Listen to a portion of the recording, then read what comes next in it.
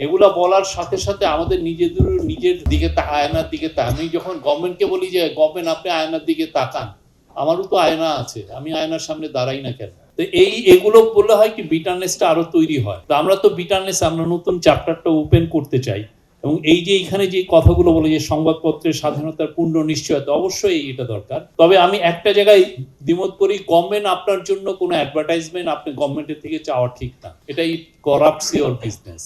গভর্নমেন্টকে আপনি বলতে পারেন যে রেগুলেটরি যাতে লেভেল প্লেইং ফিল্ড সবার জন্য থাকে, গভর্নমেন্ট যেন কারো প্রতি পক্ষপাত দুষ্ট না হয়। আপনি আপনার মতো কাজটা করে নেন, আপনার মতো আপনি বিজনেস করে নেন। আপনাদের কেবল টিভি স্টেশনগুলো একটা বড় হচ্ছে যে পেয়ে যে টাকাটা সেটা দেখা যাচ্ছে যে যারা নেটওয়ার্ক করে তারা টাকাটা নিয়ে নিচ্ছে। আপনার সেই ব্যাপারে সবাই মিলে আমাদের সোচ্চার হওয়া উচিত। তো সেটা যদি আমরা না করে যদি গভর্নমেন্টকে বলি, তাহলে হবে কি তখনও আবার ওই একটা তোষামোদ গোষ্ঠী দাঁড়িয়ে যাবে এবং এটা যে খুব এই ইন্ডাস্ট্রিতে খুব ভালো কিছু আনবে তা না।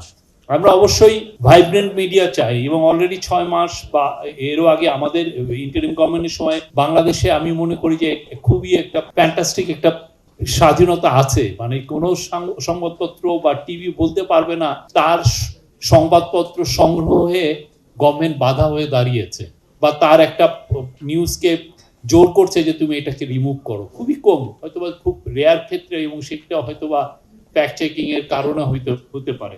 তো সেই জায়গাটাকে আমরা সামনে আরো বেটার জায়গায় যেতে চাই, কিন্তু সেই বেটার জায়গায় যাওয়ার জন্য আমাদের যে কাজগুলো করা দরকার সেই কাজগুলো আমাদের নিজস্ব করা, আমরা টেলিভিশন স্টেশনগুলো সেভাবে কি রিফর্ম করছি কিনা সেটাও দেখা উচিত।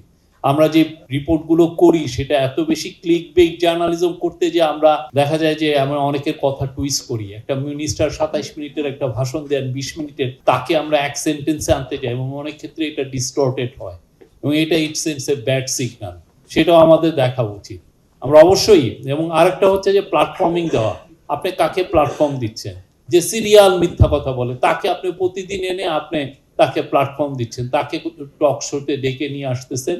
আপনি জানেন যে সে নোয়িংলি আননোয়িংলি সে প্রতিদিন মিথ্যা কথা বলে, সে স্বৈরাচারের সবচেয়ে বড় এনাবলার ছিল। তো এগুলো আমাদের দেখা উচিত, আমাদের নিজেদের দিকে তাকানো উচিত। বাংলাদেশের টিভি ইন্ডাস্ট্রি আরো ভাইব্রেন্ট হোক, টেলিভিশন এডিটর্স কাউন্সিল তাদের যে রেসপন্সিবিলিটি নিয়ে এগিয়ে যাওয়ার চিন্তা ভাবনা করছে সেটা ঠিক মতো পালন করুক।